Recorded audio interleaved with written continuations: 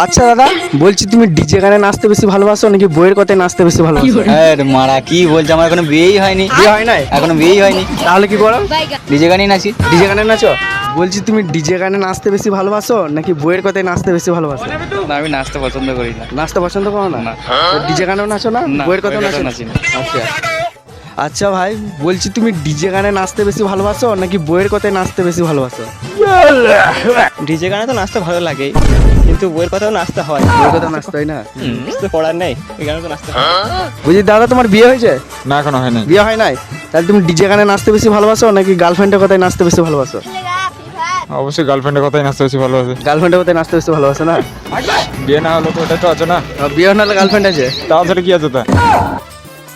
বলছি একটা প্রশ্ন করতে পারি? হ্যাঁ করো। বলছি তুমি ডিজে গানে নাচতে বেশি ভালোবাসো নাকি বইয়ের কথায় নাচতে বেশি ভালোবাসো? আমি ডিজে গানেও নাচতে ভালোবাসি, বইয়ের কথাতেও নাচতে ভালোবাসি। আমার যখন ডিজে বাজে তখন বউ আমি দুজনেই নাচি। ও সেই এনজয় না?